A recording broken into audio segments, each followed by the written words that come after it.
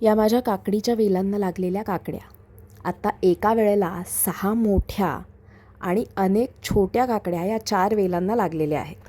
Correct pollination झालं की भरपूर काकड्या लागतात वेलांना.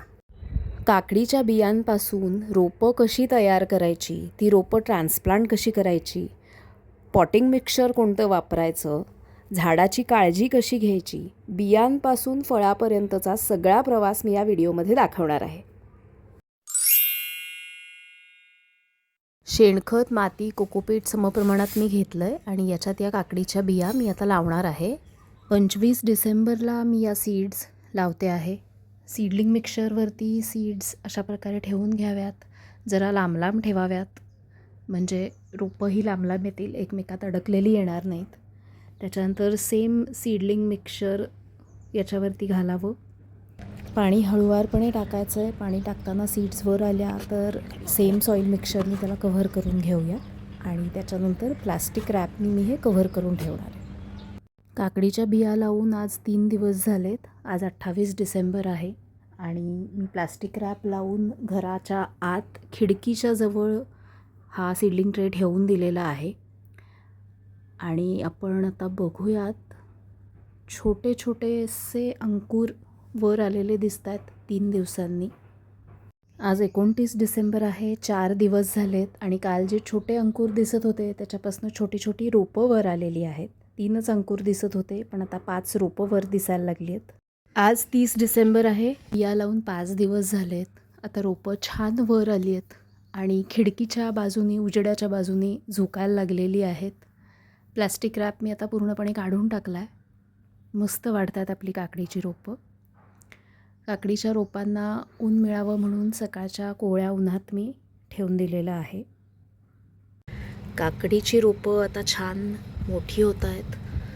प्रत्येक लावलेल्या सीडपासून रोप आलेलं आहे.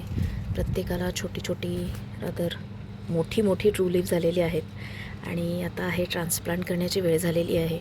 सो आज मी हे ट्रान्सप्लांट करणार आहे. माझ्याकडे 18x26 इंचाची ही ग्रो बॅग आहे. एवढ्या मोठ्या ग्रो बॅगमध्ये माती भरपूर लागते. सो आपण आज एक वेगळी आयडिया करून ही ग्रो बॅग भरणार आहोत. सो बघूया ही ग्रो बॅग कशी भरायची आणि कोणतं पॉटिंग मिक्सचर यासाठी वापरायचं. ही काकडीची रोपं आहेत जी मी सीडपासून तयार केलेली आहेत.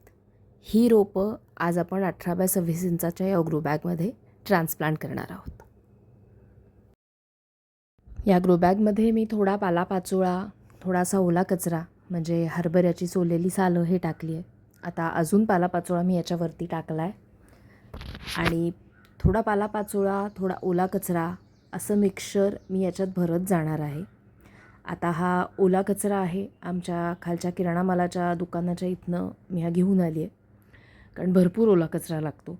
सो हा ओला कचराही मी इथे टाकलेला आहे पालापाचोळ्याच्या लेअरवरती आणि याच्यावरती मी अजून थोडा पालापाचोळा टाकणार आहे. नुसता ओला कचरा टाकण्यापेक्षा पालापाचोळा आणि ओला कचरा याचे लेयर्स करत टाकायचं, कारण ओला कचरा भरपूर पाणी सोडतो. त्यामुळे पालापाचोळा असेल तर त्याचं विघटन व्हायला मदत होते. त्यामुळे ओला कचरा आणि पालापाचोळा असं कॉम्बिनेशन करत आपण ही ग्रो बॅग भरणार आहोत.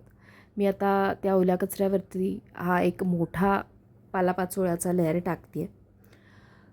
अगदी वरपर्यंत ही ग्रो बॅग या पालापाचोळ्यांनी भरती आहे असं वाटेल, पण ॲक्च्युली माती जेव्हा आपण वरती टाकायला लागतो तेव्हा हा पालापाचोळ्याचा थर खाली बसायला लागतो. हे 33% शेणखत, 33% माती आणि 33% कोकोपीट असं मिश्रण मी बनवलेलं आहे. याच्यात मी 1 मूठ बोन मील पावडर आणि 1 मूठ नीम पेंडही टाकलेली आहे. आता आपण हे या ग्रो बॅगेत टाकूया. ग्रो बॅगेत टाकल्यावर तुमच्या लक्षात येईल की आपलं पालापाचोळा आणि ओल्या कचऱ्याचं मिश्रण खाली बसलेलं आहे. आता अशीच या सेम मिश्रणाची अजून घमेली आपण या ग्रो बॅगेत टाकत जाणार आहोत. आता हे तिसरं घमेलं टाकतो आहे पॉटिंग मिक्सचरचं. तुम्ही बघू शकता की पालापाचोळा भरपूर खाली बसला आहे जसे जसे आपण माती घालत जातो आहे. हे चौथं घमेलं आहे पॉटिंग मिक्सचरचं. अजून 1 किंवा 2 घमेली असंच पॉटिंग मिक्सचर आपल्याला लागेल ही ग्रो बॅग पूर्णपणे भरायला. हे 5वं घमेलं आहे पॉटिंग मिक्सचरचं. मातीसारखी करून घेऊया.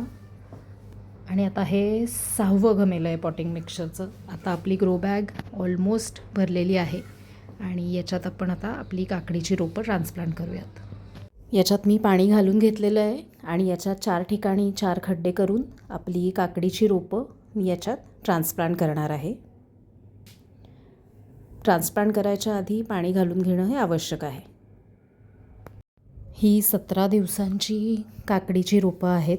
25 डिसेंबरला मी याच्या सीड्स लावल्या होत्या आणि आता 17 दिवस झालेत. ही अगदी छान डेव्हलप झाली आहेत.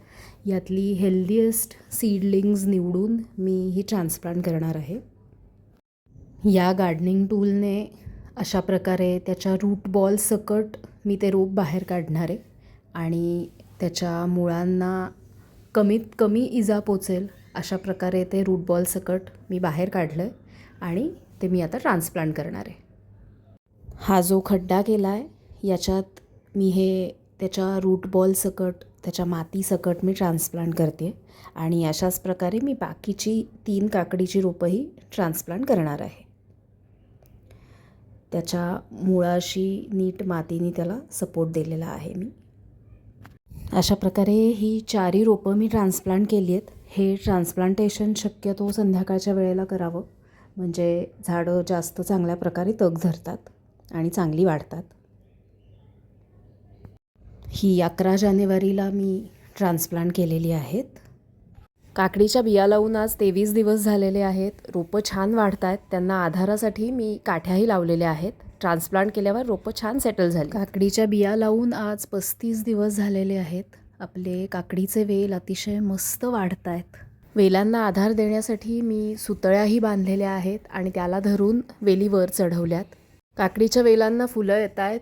हे फिमेल फ्लावर आहे, मागे काकडी दिसते आणि हे मेल फ्लावर आहे. काकडीच्या बिया लावून आज 46 दिवस झालेत आणि छोट्या छोट्या काकड्या दिसायला लागलेल्या आहेत. करेक्ट पॉलिनेशन झालं की झाडाला फळधारणा होते.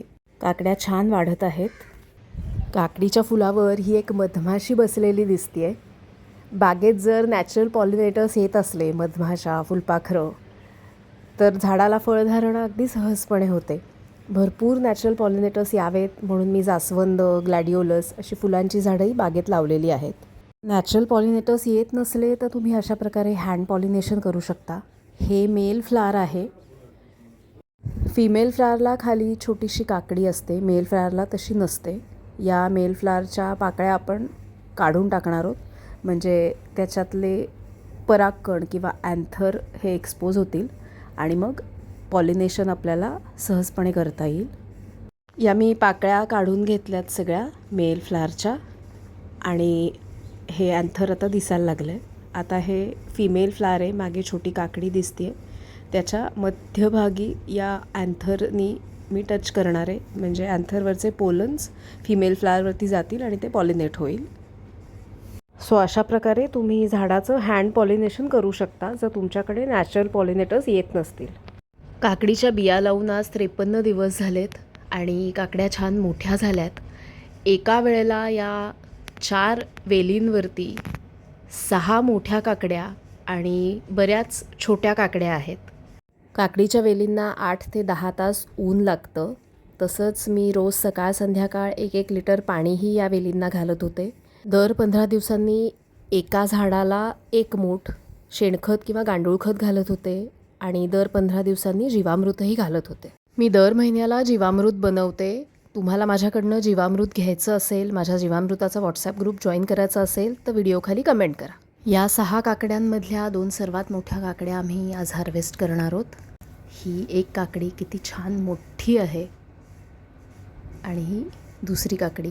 मुलाला काकडी हार्वेस्ट करायची होती म्हणून आज त्यासाठी तो सकाळी लवकर उठला आहे आणि आमच्या वेलीच्या पहिल्या काकड्या आज त्यांनी हार्वेस्ट केलेल्या आहेत.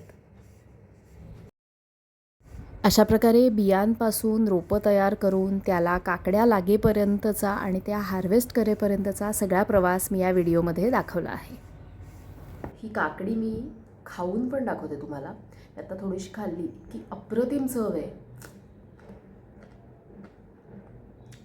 खूपच मस्त चव आहे. म्हणजे ऑर्गॅनिक ऑर्गॅनिक पद्धतीने पूर्णपणे ऑर्गॅनिकली ग्रो केलेली ही काकडी चव कमाल यायची, फारच छान लागते.